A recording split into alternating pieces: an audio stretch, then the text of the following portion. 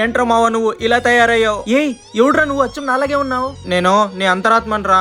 అవునా, బయటికి ఎందుకు వచ్చావరా? 2024 పోయి 2025 కూడా వచ్చేసింది. ఇంకెన్ని రోజులని ఇలా మొబైల్లో రీల్స్ చూస్తూ గడుపుతావు మావా? కొంచెం కెరీర్ గురించి ఆలోచించు. కెరీరా అంటే ఏంటి మావా?